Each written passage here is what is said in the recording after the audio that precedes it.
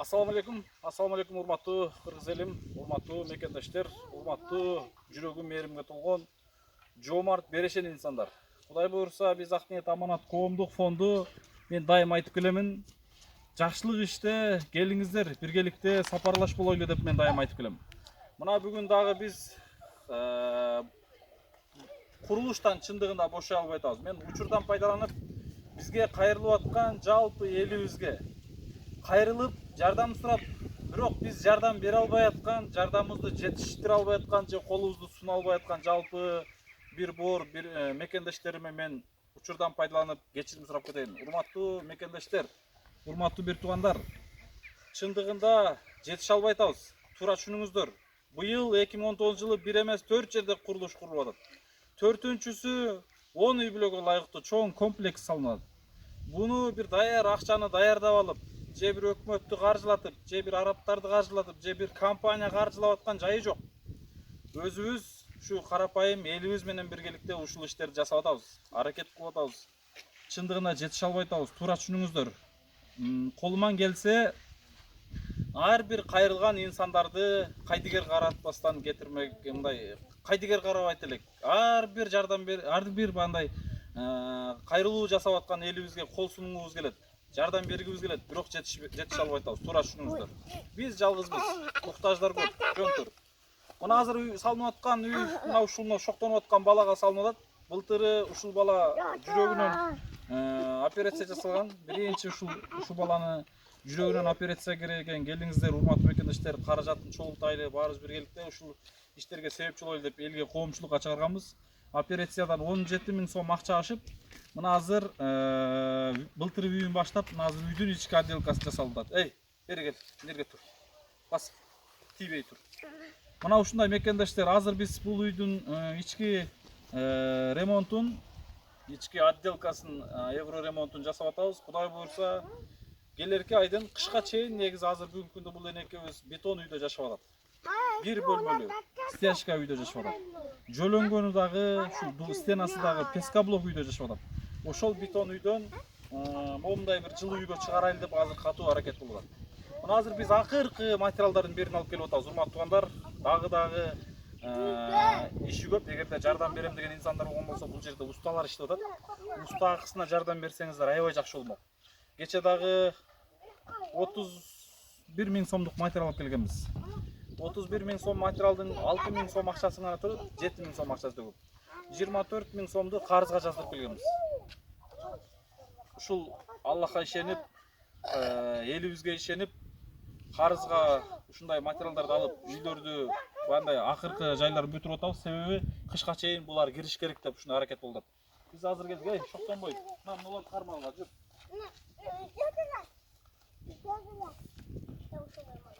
Не дейсиңер? Мунуну алып келгиле бирөө. Ба, сен чоң, сен мунуну ал. Аны ошол жерге алып кетип атасың.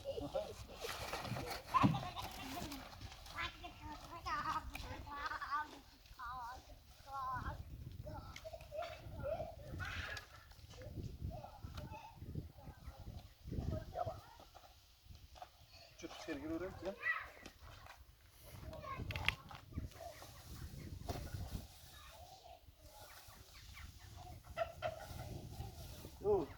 Ose karmaş bolu. Ya. Жүр, giriyoruz da. Kalgan naraftan alıp şuraya aynı ip var. Giriyoruz.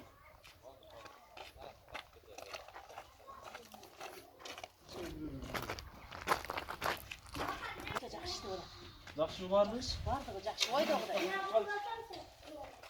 Кеп олам жақсы. Жақсы ба?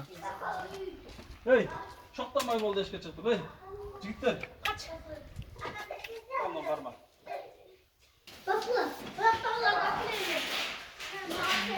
Қандай, соның болды ба? Өте жақсы балам. Жақсы ма? Бардығы жақсы. Ойдағыдай болды? Ойдағыдан ашып кетті. Gelin, gelin. Yaxşıdır, basıp verdiniz. O залга абой алып келдик. Кудай кааласа азыр ушу ичин кооздугун чыгара тургандай момундай жуытылған обой.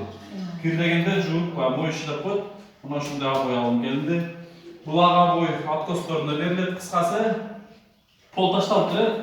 Полдун четине плюмстарды берет обойдон кийин. Сонун болгон да. Өтө жакшы. Кандай жагат? Өтө жагат балам, мен албетте. Шунча жыл квартирада самтырап бетондорду зактарда жүргөнүм, мындай үйлөр көрүп сүйүнүп. Балам менен өтүп сүйүнөт. Чынкап апа Медер акам жашнакай үй салып берди, караңгы. Киребиз, чыгабыз, карайбыз. Шоктонбой. Тополон кылба балам. Эшикти жаап тургам, эшик жаап тур, шоктонбой тур. Сизге жага тургандай эле жакшы эле болуп атабы? Шунчалык шумур балам, айланып кетти. Мага жаккандан ашып кетти, мен мындай эле дедим эле. Анадан кымбат болуп кетти бул. Ушуну күттүңүз белесиз. Ойыма эч келбеген. Мындай үйлүү болом деп, же болбосо ушундай бир кооз үйлүү болом деп мындай өзүңүзчө бир кыялдар болгонбу? Жок, эч болгон эмес. Баа бетон үйлөрдө жашап жүргөндө Мен ойлойт элем, мага эми эч ким чек бербеди, үй жок. Өмүрүм ушу боюнча өтөт деп ойлойт элем. Жарты көргөнүм менен шундур кылат элем. Мейли үй болбосо да Кудайга шүгүр жашайт элем. Эч оюма келбеген, эч мындай оюма келбеген үйлөр түшүп, оюма келбеген мезгилде балам операция болуп, ал мен ушунчалык ыраазымын да. Ушунчалык элиме, журтума, бир туугандарыма баардыгына ыраазымын балам. Мына буюрса, шоктонбой тургула, эшикке чыгып турбас. Бол, эшикке чыгып тургула. Эшик сырттан жаап тургула. Аш шок болдур да. Мынаке сиз чындыгында буга чейин канчалаган жерде, канчалаган жактарда ушундай кыйынчылык үйлөрдү көрүп, өзүңүз дагы бүгүнкү күндө дагы бетон үйдө жашап келесиз, Мына астыңыз тияшта. Кээ бир элдерге айтсам, балким таң калып атса элек, чын элеби депчи. Ишенбегендер келип көрүп эле балким кээ бир ишенбеши мүмкүн. Мен былтыры ажатканада жашайт экен десем, биздин жогору жактагы кайсы жерге чакырды сизди? Прокуратурага чакырды. Прокуратурага чакырды. Мына урматтуу мекендештер, түз карап тур. Прокуратурага чакырып, энебизден сурап алды. Чын эле ажатканада жашайсызбы? Ажатканада жашадыңыз беле? Ошентип айтпай эле койбойсузбу? Бул акылга сыйбаган нерсе, уят нерсе деп курнамыз кылып атат. Курнамыз кылып атат. Бирок ошол инсандар келип алдына стяжкада жашап жаткан кезде алдына бир төшөктү, бир жакандосту коркпой келип, ушундай жүрөгүнүн духу менен келип туруп, астына бир жакондос салып койгону кудурети жеткен эмес. Чын айтамбыжы? Туура, чын айтасың. Анан калп эле курнамыз кылат. Жумушта отурасыздар, креслодо отурасыздар. Бирок урматтуу туугандар, көрүп атасыздар, көрбөй аткан жоксуздар ушул видеону. Кыргызстанда 6 миллион эл болгон болсо, жок эле дегенде 30% эл көрүп атат. Жок эле дегенде 2 миллион, 1 миллион киши көрүп атат ушул видеолорду. Жок эле дегенде. Ошол көргөн кишилер ар кандай кишилер көрүп атат. Бириңиздер чоң жумушта иштегениңиздер көрүп атасыздар. Бириңиздер жогору жакта креслодо отурганыңыздар көрүп атасыздар. Бириңиздер экинчи этажда алдыйды карап, тамшанып, мындай карап, кээ бир инсандарды мазактап отурган инсандарда көрүп атасыздар. Бирок кээ бир инсандар ушул абадай болуп, мен да үйлүү болсом деп үйгө кыялданган инсандарда көрүп атасыздар. Айтайын дегеним, урматтуу мекендештер, артыңыздарда отурган кресло түбөлүк сиздерге байланып калган эмес. Биз бул жашоого түбөлүк түркүп дагы боло албайбыз. Жада калса биз канча жашасак да ушул артыңыздардагы жумушуңуздарда, креслоңуздардагы түбөлүк эч качан байланып калбайт. Бүгүн же болбосо эртең ошол жумушуңуз жуулуп калышы мүмкүн сизден, ажырап калышы мүмкүн. Эң башкы айтайын дегеним, ошол жумушуңуздардын баарында пайдаланып калбайсыздар. Жумуш бар, Кудайга шүгүр, ишиңиздер бар, мүмкүнчүлүк бар, возможность бар. Кээ бир инсандар бүгүн ушул эжеге мен дагы жардам берсем деп жардам бергиси келет, бирок мүмкүнчүлүгү жок, урматтуу мекендештер. Каражаты жок, жетишсиз, келип сурайын десе жол киреси жок, же башкасы жок. Сиздерде ошол мүмкүнчүлүк бар да бүгүнкү күндө. Жок эмес, бар да Кудайга шүгүр. Бирок ошол мүмкүнчүлүгүңүздөрдөн пайдаланбай атпайсыздарбы? Пайдаланбай атасыздар. Урматтуу туугандар, мындай айтайынчы кээ бириңиздерге, кап этпеңиздер. Мен азыр ачуум келгенден ушул сөздөрдү чыгып атат. Себеби былтыры эжебизди прокуратурага чакырып, ушинтип сураптыр да, мына эже өзүңүз айтып коюңузчу чакырганда кыскача эмне дедик айтып бериңизчи. Былтыр үйдө отурсам, ошо бир өкмөт иштеген бир бала эже бир ооз сөз сүйлөп коюпсуз деди. Эми сизди прокуратурага чакырып атат деди. Men çınıгы, men kaçkın emesmin, uru emesmin, жалган сүйлөштүн кереги жок. Çınыгы жашоону айттым дедим. Анан каяка барам балам десем, Сузакка прокуратурага деди. Бардым, ал бала барды, ал сулоо берди, эже ушинтип айтыпсыз. Ушинтип жашадым деген Кыргызстанга уятта, башка өлкөлөргө биз уят болдук деди. Анан не дейм, мейли балам адашып калыптыр деп кой дедим. Башка не дейм, адашып калыптыр деп кой деп ошентип айттым. Бирок чыныгы мен ажатканага айланган үйдө жашаганым чын. Машинаны койгон тараза, машина таразага чыга турган таразада деле жашагам. Ошол тараза бузулбаптыр, турат онун мелкометтин берагында. Ошондой жерде жашадым. Могу бетте сен азыр жаңы үй салдым деп атасың. 10 семьяга. Ошол жака бурулуп кетип атканда сол жакта бир узун сарай бар эле. Коронун ичинде кичинекей үй бар эле, сассык. Ошо үйдө ям жашадым балам. Мен чындыкты пендеден жашырганды мен Алладан жашыра албайм. Алла көрүп турат бардыгын. Чыныгы жашаган жерлерим бузулган, бузулбагандары турат ошо орунда эле. Анан ошентип сурап берди, суроосуна жооп бердим. Мейли балам, мен чындыкты сүйлөп коюптун да мен десем, ушинтип айтсаңыз уят эже деди. Ошол инсандар Мен ушул мезгилге чейин балам айтмакчы 20 жыл эч кимге айтпадым, өкмөткө деле чыкпадым, арыз деле жазбадым, унчукпай эле квартирага жашап келдим. Бирок мен квартирада жашап өлөм деп ойлодум эле. Мындан бияка мага үй жок, эч ким бизге эчтеке жардам бере албайт. Кудай күнүмдү кыргызга бергенине шүгүр деп эле квартирада жашап жүрдүм. Анан чындыкты айтканда ушул болот. Анан ошол үйдө жашаганда эле папка көтөргөн кишилер келет эле, бай ажатканага айланган үйдө. Текшерип нарак беребиз карап коюп эле, эже сизге жардам берет экен, жардам кылышыбыз керек экен. Келем эже деп коюп кетет эле, бирок кайтып келбейт эле. былтыр сиз прокуратурага чакырганда жардам беребиз дештиби? Жок, жардам беребиз дейишпedi. Кабарладыңызбы ушундай үй салып атат деп? Айттым, десе барбайт, үй салып берип атат балам. Не деп айтты андай десеңиз? Унчукпады, башка эч сөзгө келбеди. Мына көрдүңүздөрбү, урматтуу тукандар, урматтуу мекендештер. Айтпайын деген сөз эле айтылып кетти өзү эле деп. Бул маселени бул жерде талкуулайлы деген эмес эле. Болгону энебиздин сүйүнгөнүн баштан өтүргөн бир кыскача нерсесин айтып кетейин деп ошол нерсе эсиме келип кетти. Прокуратурага чакырып, ажатканада жашапсызбы деп эже бүгүндө жардамга муктаж болуп турса, кайрадан бул эжени басынткан убакыттар болгон. Ошол күн эсиме келип кетти. Урматтуу туугандар, Аллахтын сыноосу ар бирибизге ар кандай берилет. Бирибизге байлыкты берип сынайт. Байлыкты берип сынайт, акчаны берип сынайт, машинаны берип сынайт, дүйнөнү берип сынайт, жумушту берип сынайт. Сен ошол байлыгыңдан, сен ошол мүмкүнчүлүгүңдөн, сен ошол машинаңдын пайдасын менен башка инсандарга пайда бере аласыңбы? Башка инсандарга ошол байлыгың менен пайдаңды тийгизе аласыңбы? Деген сыяктуу Алла Таала ар бир инсанга ушундай бир сыноону берет. Мына бүгүн бул энебизге мына ушундай оор сыноону берген. Алла Таала кайрадан бул сыноодон алып чыгып келаткан кези. Буну биздин Ак ниет аманат коомдук фонду эмес. Буну биз бедер эмес. Бир гана жараткан Аллахым кайрадан өзү бул энебизди алып чыгып келет. Албетте бизди Алла Таала ортодо көпүрө кылып коюптур. Алла Таала ушул энебизге себепчи кылып жөнөтүп койгон экен. Кудайдын буйругу менен мына момунтип жаркыраган үй болгон атат. Караңыздарчы. Заман бар. Эң акыркы үлгүдөгү мына ушундай кооздуктары дагы, качестволору дагы, үйдүн жылуулук жагы дагы, полу дагы бардыгы арзан мындай орусча айтканда дешевый ценадагы материалдар эмес, жакшы материалдардан өзүбүзгө эмне кааласак, өзүбүздөн дагы жогору ушул энелерге каалап, мына ушул өзүбүз кандай жашасак, биздей болушу энелер да жашасын деп мына ушул условия түзүп алат. Урматтуу мекендештер, урматтуу кыргыз эли. Ар бир инсан шашып калыңыздар, чуркап калыңыздар. Мен мына бул жерде теманы да коюп турам. Неге биз ушундай жакшылыкта жарышпайбыз? Неге биз ушундай соопту Аллахтын берген ушундай жумушу менен жарышпайбыз, урматтуу туугандар?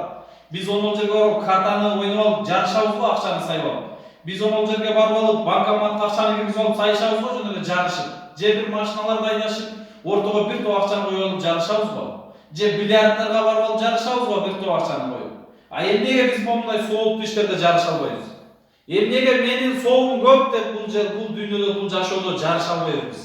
Өзүңүздөр суроо бериңиздерчи. Өзүңүздөргө суроо бериңиздерчи. Мен ушул күнгө чейин канча адамдын батасын алдым, дуасын алдым, канча адамга менин пайдам тийди деп өзүңүздөр суроо бериңиздерчи, урматтуу туугандар. Келиңиздер, ынтымакташып, биримдик болуп, Кыргызстаныбызда момундай кыйналып аткан энелердин муктаждыгын чечейли. Биз кылбасак бул нерсени ким кылат, урматтуу туугандар? Biz Kırgızdın uğulları olup biz жасап алсак ким кылып берет?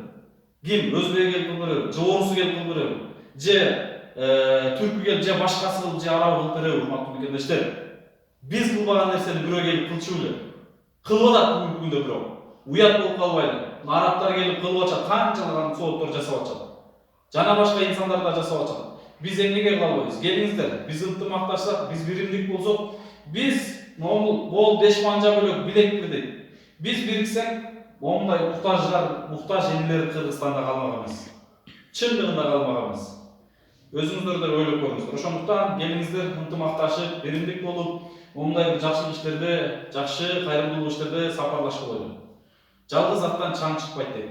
Жалгыз эчтекени жасай албайсың. Эгерде көп түкүрсөгүл болот, биз көбөйсөк, албетте бир адамга оорчулук болот, бирок биз көбөйсөк канчалаган муктаждык чечебиз. Дагы көптөгөн маселелерди чечебиз. Кыргызстан үчүн, мамлекет үчүн, Кыргызстаныбыздын эли үчүн биз көп пайда кылсак болот. Биз ынтымакташсак, биз жоомарт болсок, биз берешем болсок, эң башкысычы ниет калыс болгон болсо, биз бардыгын кылсак болот. Аллахтан жалбарып сурамайлы. О жараткан Аллахым, мени дагы мага ырыскыңды берип атасың, Кудайга шүгүр, берип атасың, кем калдырбай атасың башка инсандардан. Ошол ырыскыңдан көбүрөөк кылып башка муктаждарга дагы мен аркылуу ырыскыңды бере көрчү деп Кудайдан сурамайлычы, урматтуу мекендештер. Мен аркылуу ушундай элелерге ырыскыңдан бөлүшө көрчү, мен ушундай элелердин муктаждыгына себепчи кыла көрчү деп эмнеге биз Аллахтан жалбарып ниет кылып сурай албайбыз, урматтуулар? Келиңиздер ынтымакташайлы, биримдик болойлу, биригейлик, көптөгөн жумуштар жасайлы. Энеге улай калса сөз көбөйүп кетти, баягындай жүрөктөгү туйлуп аткан нерсени мен эл менен бөлүшө албасам чындыгында тура албайм. Көп адамдар бедер көп сүйлөсүндө жаман көрүшү мүмкүн, бирок элибиздин сиздерге окшогон энелердин көз жашы үчүн ушул сөздөр чыгып атат. Аргасыз чыгып атат. Элибиз, энелерибиз кыйналбасын деп мына ушул жолдордо жүрөбүз. Сомдун кулумуз, бүгүнкү жалган сыноо жашоонун жыргалчылыгынын кулумуз. Акыреттик жашоонун же болбосо жараткан Аллахтын кулу болойлу, сомдун эмес, сооптун кулу болойлу деп мына ушул кызматта жүрөбүз. Иншалла аз калды. Бүтөйүн деп калды. Мына бүгүн Кудай калса азыр балдар абойго даярдап өтөсүзгө. Азыр абой ырасташат, анан башка көмдөлөрүңүздү да кылышат. Сыртына баа текстура, синжокты чатышат. Азыр жумуш калыптыр. Келерки айда үйүңүздө бир сомдун жакшылык болот иншалла. Мына урматтуу мекендештер, ноябрь айында числосун айтпай турайын. Ушул үйдүн ачылыш аземин өткөрөбүз. Бетон үйдөн ушул үйгө көчүрөбүз. Катмы сыналабыз үй тоюн беребиз. Даярданыңыздар. Аракет кылып калыңыздар. Шашып калыңыздар. Дагы да бүт элек маселелер бар. Мына азыр уста балдар иштеп, ушул уста балдардын уста акысынан төлөшүп жардам берсеңиздер болот. Кече күнү материал алып келгенбиз 24 000 сомдук карызга. 31 000 сомдук материал алып келгенбиз. 7 000 сом акчасы төгүп 24 000 сомдун карызга жазып келгенбиз. Мына бүгүн дагы азыр мен канча сомдук бир 8-9 000 сомдук материал алып келдим. Абой, клей жана багет барын. Аларды акчага сатып келдик, карызга эмес. Ошол жактарына карашып жардам берсеңиздер болот, урматтуу мекендештер. Жана бул үй айтмакчы. Үйдү толтурушубуз керек дагы. Буну эми эчекебиз дагы колдон келишинче толтурат, бирок бизге эң азыр основной керектүү маселе люстраларды мен өзүм неме кылам. Занавескаларын карашсаңыздар болот. Гилем паластарын караштырсаңыздар болот иншалла. Мына ушундай туугандар. Башка комментарыңыздар көрөйүнчү. Дуа бериңизчи, сонун бата бериңизчи. Мен ушу Алла асманын биринчиден ушу Кыргызстаныбыз, башка өлкөбүз, бүт дүйнө жүзү тынччылык болсун, асман менен жердин ортосунда дайым жакшылык күндөрү көп болсун, тынччылык күндөрү көп болсун. Ажыга барган пенделерибиз көп болсун, ажыга барып келген пенделердин ажыга барганы кабыл болсун. Алладан не тилек кылса тилектерин берсин. Жаман жолдон адашып жакшы жолго баскан пенделер көп болсун. Аллада жай намазга отуруп намаз окуган пенделерибиз көп болсун. Ошолордун билип билбей кылган күнөөлөрүн Алла өзү кечирсин. Алыс сапарда жүргөн момун мусулман биздин бир туугандарга, кыздарыма, балдарыма, эже агайларыма, баардык бир туугандарыма Аллахым күч кубат, ден соолук, ооруган жерлериңерге шифа берсин, тапкан акчаңарга береке берсин. Алладан не тилек кылсаңар тилегиңерди берсин. Алланын жолунда бизге жардам бергендердин алтын башы аман болсун, өмүрүңөр узун болсун. Алдыга койгон ой максаттарыңарга жеткиле. Ал сапарда жүрүп, ошол жакта турмуш кургандар бактылуу болгула. Кудайым багыңарды берсин, ден соолугуңарды берсин, бала чака берсин. Ата-энеңердин пешенесинде жаркырап, жайнап, ойноп, күлүп жүргүлө. Аллахым бала берсин, баласы жокторго бала берсин, кызы жокко кыз берсин, перзент сурагандарга перзент берсин. Аллахымдан не тилек кылсаңар тилегиңерди берсин. Дайым жакшылык болсун. Больницада ооруп жаткандарга, башка өлкөлөргө кетип ооруп, операция болгондорго Аллахым шифа берсин көптүн катарында. Ден соолугуңарды берсин. Айдан айын бир туугандарым көптүн катарында жардам бергендерге да Алла ыраазы болсун. Эми мына көбү кетип азы калды. Ушуга да кичине салымыңарды кошуп кичине жардам бергиле балам. Бергендериңиздерге Алла ыраазы болсун. Менден кайтпаса Алладан кайтсын. Бактылуу болгула. Дайым алдыга койгон максатыңарга жеткиле. Жүгүртү жүрүп мүдүрүлтүп алсын. Бейжал өлүмдөн, курук долматтардан сактасын балам. Айнан амин Аллах. Медер балам сага да Кудайым күч кубат, ден соолук, ооруган жериңе шифа, тапкан акчаларга береке. Ушинтип үйлөрдү салып, сенден ушу немеден көрүп, сенден үлгү алсын биздин кыргыз мырзаларыбыз, жигиттер, келе өнү өсүп келаткан балдар мына. Ушу медерден үлгү алгыла, ушундан көрүп сабак алгыла балам. Силер да ушундай жардам колуңарды чозуп калгыла. Биз эле эмес, бизден башка үй жокторго Кудайым үй берсин. Ушинтип үйлөргө жеткиле биздикине окшоп. Ушул сен дагы бактылуу болгун. Ата-энеңдин пешенесинде жаркырап жайнап жүр. Ата-энеңдин пешенесинде бар бол. Ата-энең сенин пешенеңде бар болсун. Бактылуу болгула. Бир туугандарың менен, кошуна койгон туугандарың менен тынч болгун балам. Алыс сапарларга чыксаң Кудайым сага ак жол берсин. Аллахым каерде жүрсөң да Кудайым жөнөп таяп жүрсүн балам. Ойлогон ой максатыңа, тилеген сураган ниетиңе жет. Сенин ишканан компания, коллективиңерге дагы Алла ыраазы болсун. Менден кайтпаса Алладан кайтсын. Алла силерге күч кубат, ден соолук берсин. Амин. Рахмат, рахмат. Урматтуу туугандар, мына ушундай чыныгы, энелердин чыныгы, муктаж чыныгы, мусапы энелердин дуасын алганда ар бириңиздерге Алла Таала насип болсун. Караңыздарчы, кандай гана курч дуаларды берди. Мына көрдастар, мен башкасына көргөзүп берейин.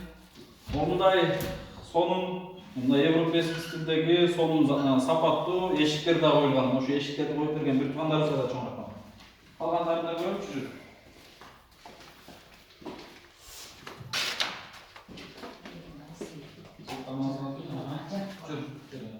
Мына бул жерде уже полу бүтүптүр, караңыздар, сонун стенасы дагы бүтүп бар.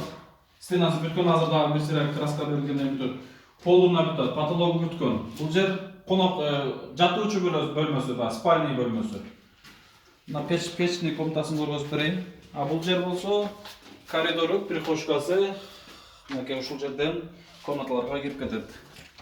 Калган эшиктери дагы моундай. Мына ушундай туугандар.